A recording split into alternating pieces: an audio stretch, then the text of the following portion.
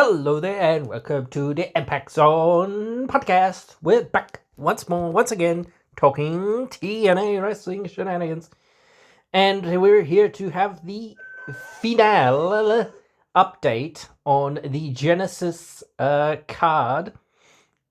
So, not a lot has changed in terms of the card.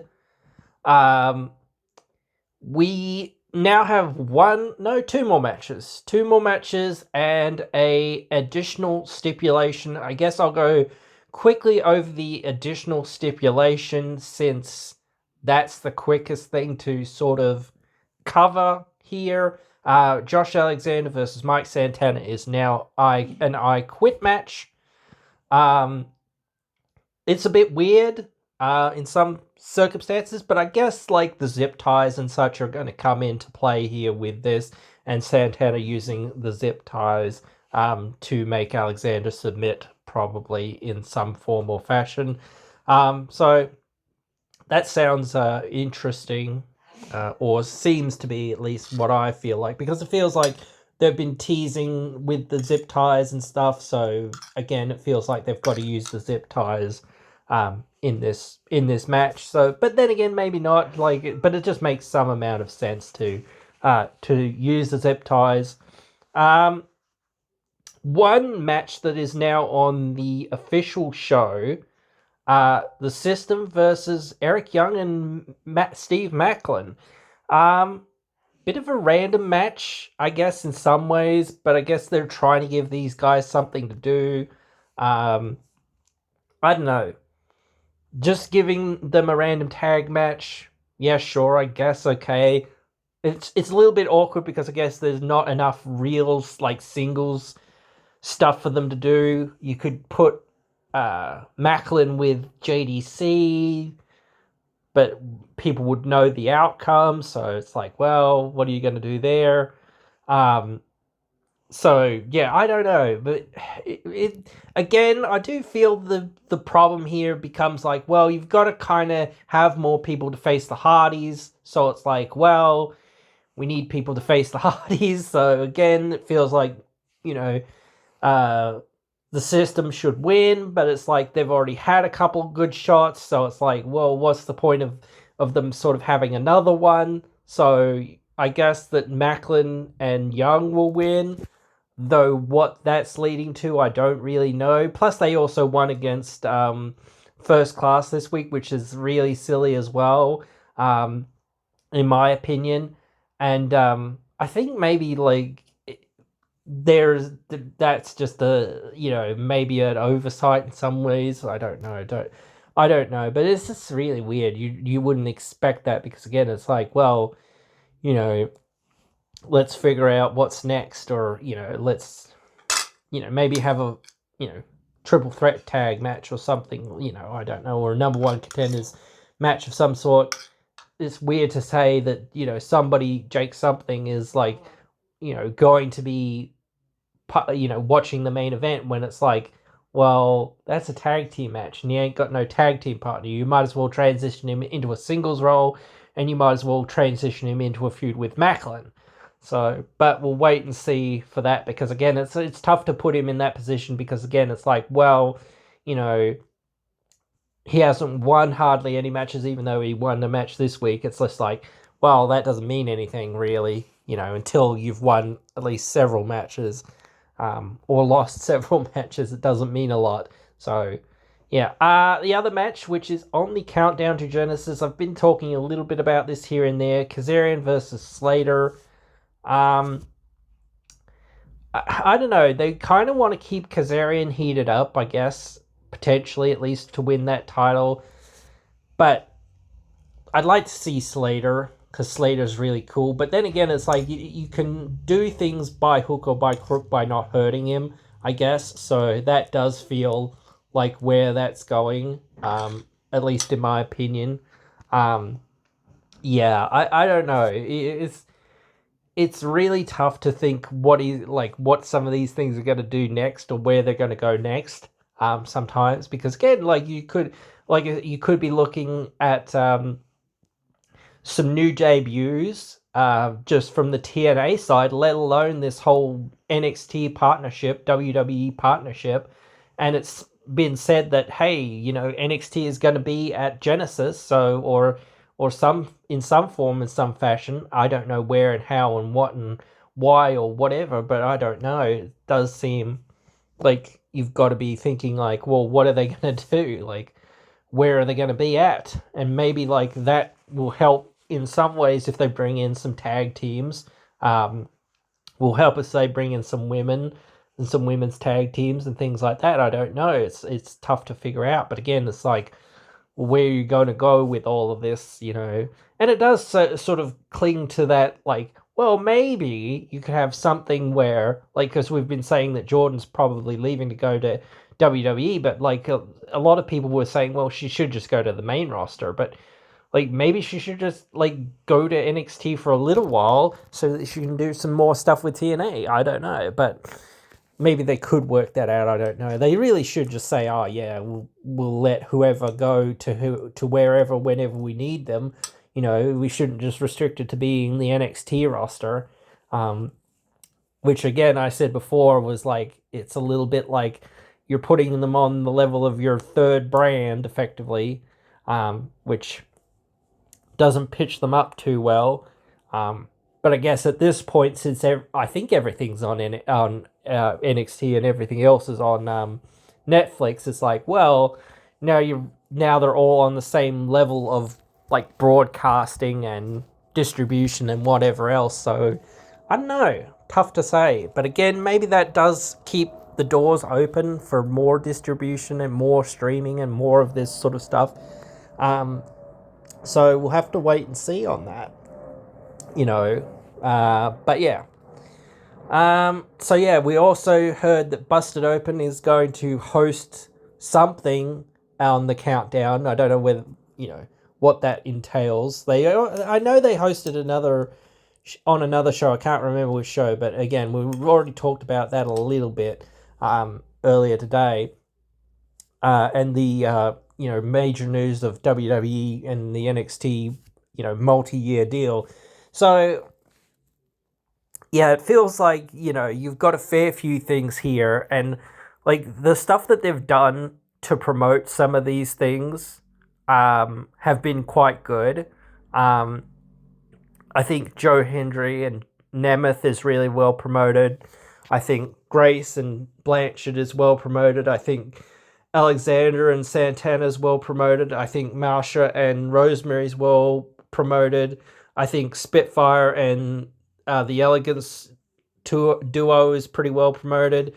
I think maybe the Hardys and the Rascals isn't as well, but it's the Hardys, so it's like, well, it sells itself kind of thing, and it's just like a match people kind of want to see. Pre-show is pre-show, but then again, it's like people tune into the pre-show to kind of get a feeling whether they're going to buy it. I do find that most people do, because it's like they always shut out to try to do the best of what they can. Macklin and Young versus System, that's probably a medium-ish match, but again, it's one of those matches that will deliver on the night probably as well. But still, like, there's so much to think about in terms of this card. We might only know more things after this card. And again, the whole 23 thing is floating around, so we're waiting to see what that is all about, assumingly that it's on the live broadcast on the 23rd, so we'll have to wait and see for that. So yeah, and we, as I said before, we did find out that they're going to have another live show in February down in Orlando, so we're waiting for more confirmation of these things, which will probably happen at Genesis. So, and we'll have to wait and see with where these things go. So it's always one of those things. You can never 100% guarantee anything. Like, that's what I mean. Never say never in professional wrestling, or never say, well, this is definitely what's going to happen. This is like what I think is most likely to happen, or whatever, or what people think is most likely to happen. But, we could be surprised. Like, like Josh Alexander could re-sign. Jordan Grace could re-sign. Or they could have a sort of co-opted deal where they work some dates with WWE, they work some dates, or at least Jordan can, with WWE, and some dates with TNA. I don't know. But yeah, we'll keep our eyes and ears open as things come through and as things happen. But yeah, this is where we're gonna have the rubber meet the road, so to speak, I suppose, with finding these things out and knowing what's next for the company. So yeah, I'm excited in some ways because they've just like had a lot of like little things to be excited about. Well, not little things, but like all these little announcements all over the place. Like as I said before, it's like they did a deal with a couple of news TV networks to air their show on delay or whatever. It's like, yeah, that's okay, I guess.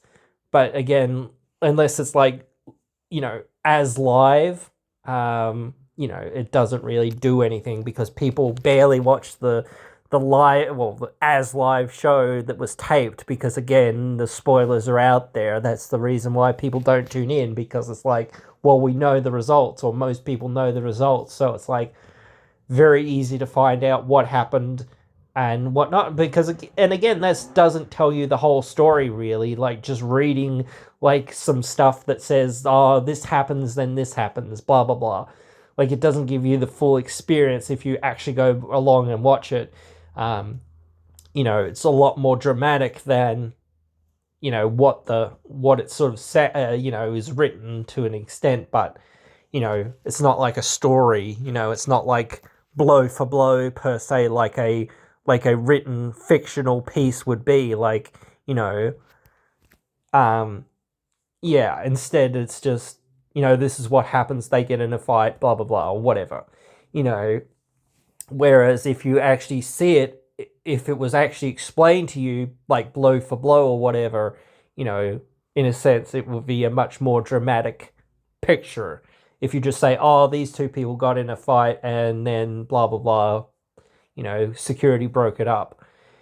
That doesn't sound very exciting. If you actually go ahead and watch it, it's one of those wrestling tropes. It happens all the time, I know, but again, it's really exciting to see these things when they do happen. Like you get to see these people, uh, fighting each other and going crazy and whatnot and all of that. So, yeah, we have to hold on to our asses and blasses and whatever else to see this show, and I'm ready to see this show and see what becomes of this NXT WWE crossover or whatever for the next couple of years, or whatever, however long it is. And that is a good thing that it is at least a few years long, because they like if they start little, that's fine. Like, and then they start to build up and make it stronger and whatnot. That's good because it means that things are going somewhere. Like, and I think a turning point will be having the first like major, like main roster stars going between the shows. Like they've already had Shinsuke Nakamura go to New Japan, or Noah, was it? I can't remember what was going on there. So they've already done more with Noah, and I think he's done it twice now, actually. That was the thing. So they've already done way more with Noah as far as like having a major, like a main roster star appear on another wrestling promotions show. Not, and I don't know what exactly they got out of that, really, because like, or was it, again, I can't remember which show it was, or whether it was New Japan or what it was.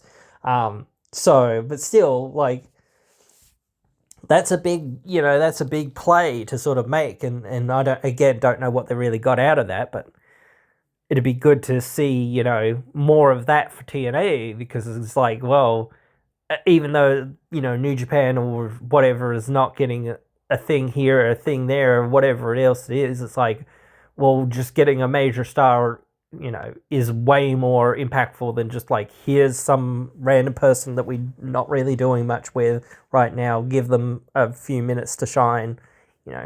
Sure, we could do that, but, It's not like giving somebody who actually has that name time to shine, because people would actually be like, oh crap, you're actually giving, somebody like Rhea Ripley, or whatever. You wouldn't have Rhea Ripley, but again, like just that kind of thing, like the time to be out there, and like they're a fairly major name, like.